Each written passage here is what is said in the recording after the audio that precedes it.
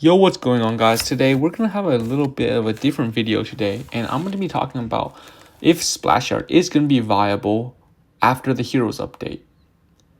I'm here to just give my opinion, and yeah, you guys can disagree with me all you want, and please just let me know in the comments. I don't really take offense to anything.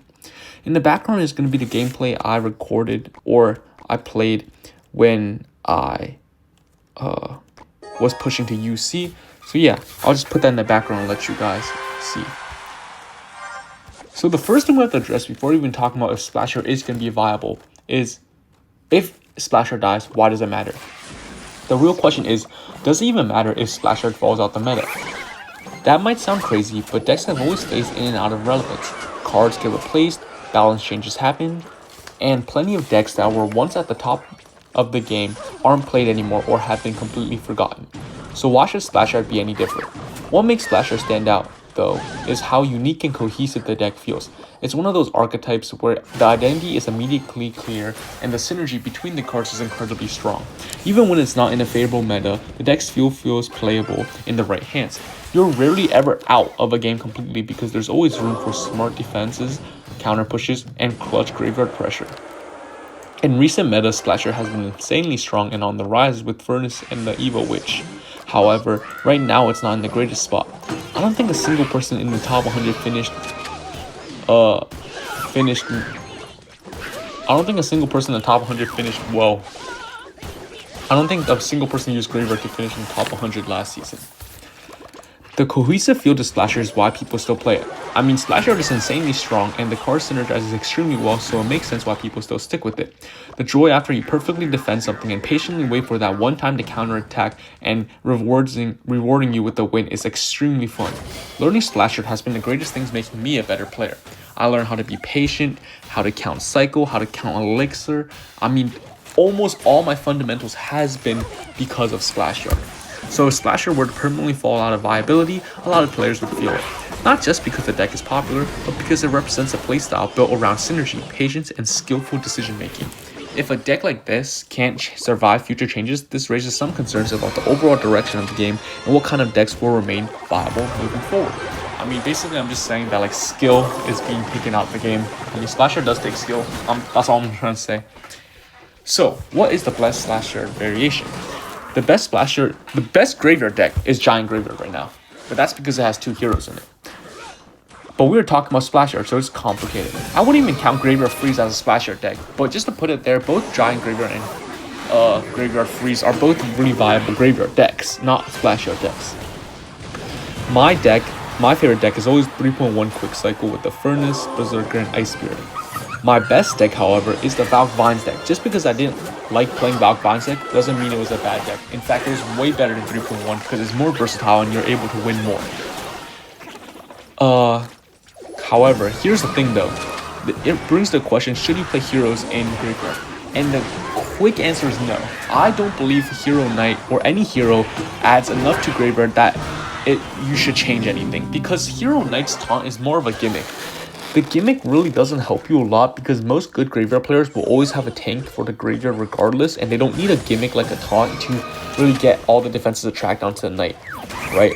Usually, I make sure the knight crosses the river and starts getting tanked by the princess tower, tanking for the princess tower for the graveyard, and I don't usually need the taunt. The taunt is 2 elixir, and in my opinion, it's almost worthless in some certain scenarios where it does work, but I think giving up the Evo ability from the knight is not worth it. So I still think heroes are good because there's just no downside to playing them, but there's a downside when you play Hero Knight in graveyard because you cannot use the Evo Knight any longer, and that's the big reason, right? Okay, in Splashyard the deck is great because it synergizes so well, right? You have great synergy and all the cards are specifically taken. You can't just throw in random decks and ruin Splashyard because there goes the synergy, right? The whole point of the deck is that it synergizes really well. But when you take out cards and start placing Hero Musk in random places, it doesn't work well because Splashyard is built on the core cards at the center, right? And that's the reason why it's actually going out of the meta. It can't adapt. Splashyard cannot adapt because it's just the same cards over and over again. The second you replace a different card, it doesn't work anymore. And I know this kind of sucks to say, but That's the reason why Splashyard is doing worse and worse, because as the meta changes, Splashyard does not change, because Splashyard by definition does not change. It's the 8 most optimal and synergetic cards in the game. The next best deck I would play is Goblinstein, but it doesn't even feel like a Splashyard deck. It's just really just a graveyard deck. I want to include it as Splashyard because there is technically Splash from the Goblinstein and it does play similar, but top players perform very well with the deck, regardless if it's Splashyard or not. If you have perfect micro interactions and you can defend well, then you should use it because you can perform really well with it, just like the top players. So that's my opinion on whether you should run heroes in Splashyard. The short answer is no, and the long answer is I already explained. But just to wrap things up, it's just that heroes don't synergize well. And the reason why like Giant Graveyard is doing so well is because like when you use the Hero Mini P.E.K.K.A. or Hero Giant, right? They don't give up anything. There's no Mini P.E.K.K.A. Evo or Mini P.E.K.K.A. or a Hero Evo Giant, right? Like when someone uses Mini P.E.K.K.A. in Giant Graveyard, right? It doesn't change because before they were using the normal P.E.K.K.A. So using the Hero P.E.K.K.A. only gives you good stuff. But in Splashyard, when you use the Hero Knight, you can't use the Evo Knight, which really sucks. And the last question is going to be, will Classic Splashyard be back? And the quick answer is probably not. The old deck with Baby Dragon just doesn't have enough DPS in the game. Furnace is barely holding on and most players are switching to Goblinstein Graveyard. In fact, Graveyard is arguably facing its worst season in a long time. Graveyard has no synergy with other cards and it makes it really hard to change to fit to the meta. You can't just throw out the Hero Knight or chuck a random Hero Musk, the entire deck breaks down. So due to Splashyard's inability to adapt to metas, it is likely a falling deck archetype. But again, I'm talking about Splashyard. Graveyard will always be a good win condition as shown in Giant Graveyard, as shown in Graveyard Freeze. But yeah, I will always probably be playing Graveyard for a long time because it's just my best deck no matter what. Like even in this season, you guys see me stream all the time.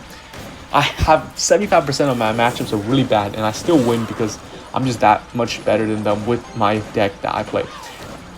It's only with Splashyard though. If I play any other deck, I'll get rolled.